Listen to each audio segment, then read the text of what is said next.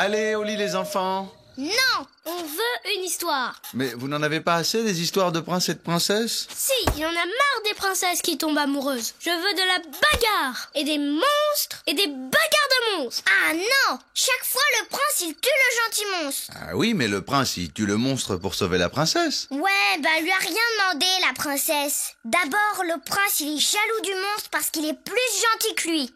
Ouais. Mais alors, qu'est-ce que vous voulez comme histoire? Des princesses avec des gentils monstres. Non, des princes avec des monstres monstrueux. Très bien. Tan, tan, tan. Alors voilà l'histoire de Jean-Philippe le terrifiant monstre des bois. Avec des tournois de chevaliers, de la bagarre, un jacuzzi, une sorcière et des bisous de crapauds magiques.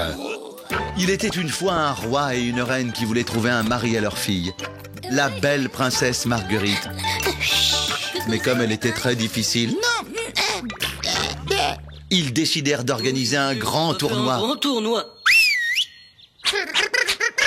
Au cours duquel le plus valeureux chevalier gagnera le droit d'épouser la princesse.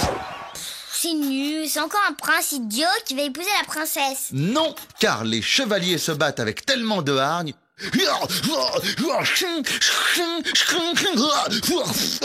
qu'à la fin, ils meurent tous. Et les parents de Marguerite sont bien embêtés. Et le monstre monstrueux. Eh bien justement, le roi fait venir des princes des contrées lointaines par bateau. Des princes qui viennent de Chine, d'Amérique, d'Afrique, et même de l'Antarctique. Et le gagnant sera celui qui réussira à tuer le terrifiant monstre des bois, Jean-Philippe, le terrifiant monstre des bois. Quand même. C'est pas juste, ils sont beaucoup trop nombreux. Oui, mais ce qu'ils ne savent pas, c'est que Jean-Philippe est très très fort. Et il aime bien manger des princes au petit déjeuner. Vous m'attrapez pas. Résultat, il les mange tous.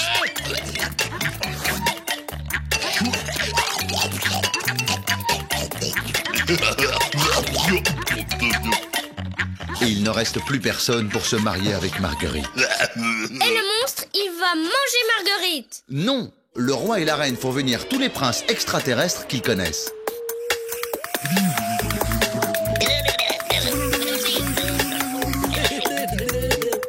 Et Jean-Philippe les mange tous. Oui, et là, il a tellement mangé de princes qu'il a très mal au ventre. Il va donc voir son amie la sorcière pour qu'elle le soigne avec une potion. Mais comme elle est un peu myope, elle se trompe de potion. Et il se transforme en prince. Non, un monstre encore plus terrifiant. Pas du tout. Jean-Philippe se transforme en crapaud. La reine, qui passait par là, voit le crapaud. Un crapaud. Et elle a une super idée.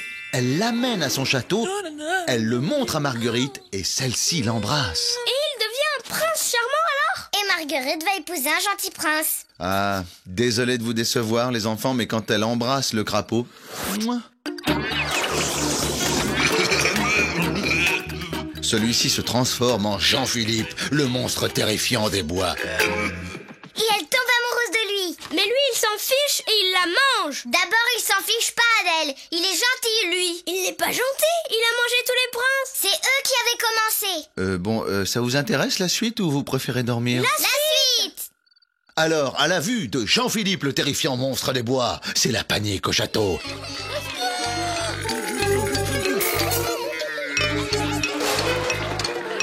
Et Marguerite tombe du balcon en s'enfuyant. Mais Jean-Philippe la rattrape avec sa langue de crapaud.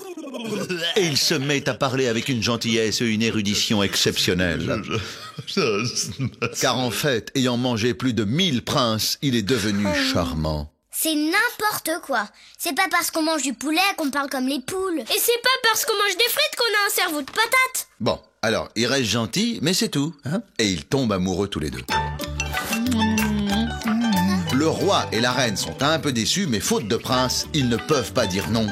Ainsi, Marguerite et Jean-Philippe se marient et vont vivre dans les bois où ils ont plein de bébés, mais qui sont tous des crapauds. Ouais. C'est même pas possible. Les bébés grenouilles, c'est des têtards. Et ils ne peuvent pas leur donner de biberon, alors ils meurent. Je me demande si je ne préférais pas vous raconter des histoires quand vous étiez plus petit, hein. Vous acceptiez tout ce que je disais sans inventer de fin horrible. Mais c'est pas horrible. Ils mettent tous les têtards dans une mare et ils survivent. Et 1 an après, il y a plein de grenouilles prêtes à devenir des princes pour tous les pays et toutes les planètes du monde. Ouais! Je préfère ça. Et il y a des princesses qui tombent sur des grenouilles de princes extraterrestres. Et les princes mangent les princesses. Miam, miam, miam, miam. Je me disais aussi...